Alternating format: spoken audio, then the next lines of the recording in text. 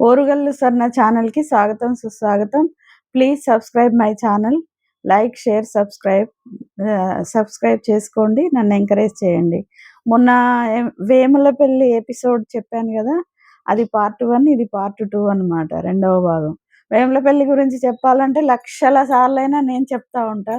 మీకు వినే ఓపిక ఉండదు గదా! 2, 3 సార్లు చెప్దామనేసి అక్కడి విశేషాలు, నా బాల్యం గురించి చెప్దామని. వేములపల్లిలో ఏంటంటే ముఖ్యంగా డాక్టర్ రాజం చిన్నాయన అంటారు. ఆయుర్వేదం డాక్టర్ అనమాట ఆయన.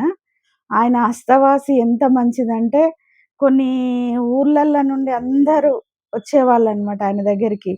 ముఖ్యంగా జాండీస్ వస్తే ఆయన మెడిసిన్ తోటే క్యూర్ అయ్యేదనమాట. ఎవరికైనా గూడా ఆయన ఇలా చెయ్యి పట్టుకోగానే కొంచెం రిలీఫ్ అయిన ఫీలింగ్ పేషెంట్‌కొచ్చేదనమాట. ఆ తర్వాత ఇంకా ఆయన మెడిసిన్ ఇచ్చిన తర్వాత పూర్తిగా నయమయ్యేది. పథ్యం జెప్పేవారనమాట. చాలా మంచి డాక్టర్ వేములపల్లిలో. మేమందరం రాజం చిన్నాయన అంటాం. ఎందుకంటే వేములపల్లి గురించి చెప్పాను గాబట్టి, ఆయనను గుర్తు చేసుకోవడం చాలా ముఖ్యం అనమాట. వేములపల్లి అంటే ఇంకొకటేంటంటే సుగుణమ్మమ్మ అంటే వాళ్ళ ఇంట్లోనే మేము ఆడుకునేది అందరము. ఆ సుగుణమ్మమ్మకు నలుగురు పిల్లలనమాట. ఆ నలుగురు పిల్లలతో పాటు మేము వాళ్ళ ఇంట్లో పచ్చీసులాడుకోవడము, ఇంకా వామన గుంటలాడడము, ఇవన్నీ ఆడుకునేదనమాట. దీపావళికి వెళ్ళినప్పుడు హాలిడేస్‌లో సరదాగా వాళ్ళందరితో చాలా బాగా. నా ఫ్రెండ్ దక్షిణమూర్తి మామ బిడ్డ విజయ అనమాట. ఆమెతో గూడా ఆడుకునేది. ఇంకో ఫ్రెండ్ రమక్క, ఇంకా రామన్న మామ పిల్లలు వాళ్ళైన అప్పాల సాయిలు అని ఉండేవాడు. వాళ్ళది కిరాణా షాప్ అనమాట. ఆ కిరాణా షాప్‌లో పల్లి ఉండలు, పుట్నాల ఉండలు, జంతికలు, రసగుల్లాలని జెప్పేసేసి మా అత్తమ్మ ఇంట్లో ఏంటి అంటే ఒక అర డజన్ గిన్నెలుండేవి. చిన్నవి బౌల్స్. ఒక బౌల్‌లో 25 ఎన్‌పీ కాయిన్స్, ఇంకో బౌల్‌లో 50 ఎన్‌పీ కాయిన్స్, ఇంకో బౌల్‌లో రూపాయి కాయిన్స్. అలా అన్నమాట. 5 పైసలు, 10 పైసలు, 20 పైసలు మొత్తం అవన్నీ ఒక్కొక్క గిన్నెలో అట్లా ఉంటే మేమలా తీసుకొని పోయేవాళ్ళం అనమాట. ఇంక మా అత్తమ్మ గూడా ఏమనకపోయేది. మేమందరం తీసుకొనెళ్తామని. ఇంకెక్కడేమన్నా మేము తీసుకోంగా గూడా ఇంకా ఉంటే మా మామయ్య వచ్చినప్పుడు మామయ్య పే చేసేవారనమాట.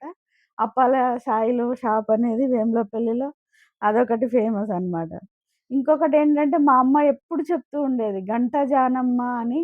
వాళ్ళ ఫ్యామిలీ మెంబర్స్ ఎవరైనా ఈ వీడియో జూస్తే వాళ్ళకి గంట జానమ్మ గురించి మా అమ్మ చాలా చెప్పేదనమాట. చిన్నప్పుడు మామయ్యలు చాలా చిన్నగా ఉన్నప్పుడు, వాళ్ళ నాన్న చిన్నప్పుడే పోయారు గాబట్టి, వీళ్ళు పని కోసం వేరే రాష్ట్రాలకు వెళ్ళి చాలా కష్టపడుతున్నప్పుడు, ఇంకా ఇంటికొచ్చి ఆమె చాలా మీరు తిన్నారా? లేదా?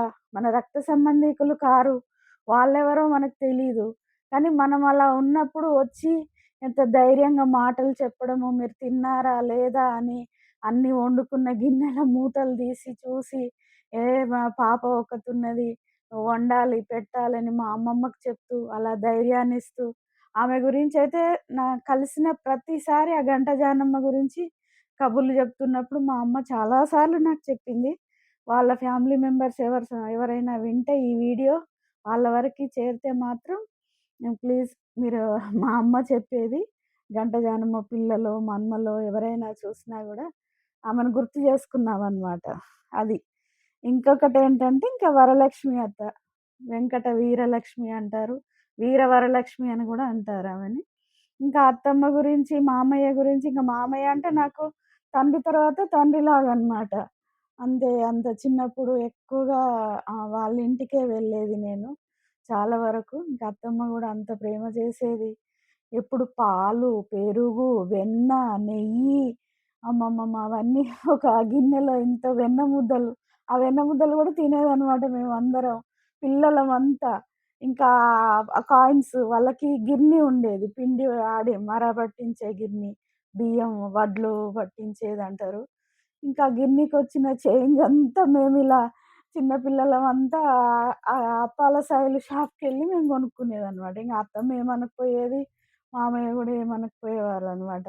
అలా మాకక్కడ అంత సరదాగా గడిచేదనమాట. ఇంకా అక్కడ వేముల పెళ్లి గురించి చెప్పడము అనేది ఇగ రెండో ఎపిసోడ్ గూడా చెప్దామని ఇంక అత్తమ్మ, మామయ్యకి గూడా ఎప్పటికి నేను రుణపడే ఉంటాను.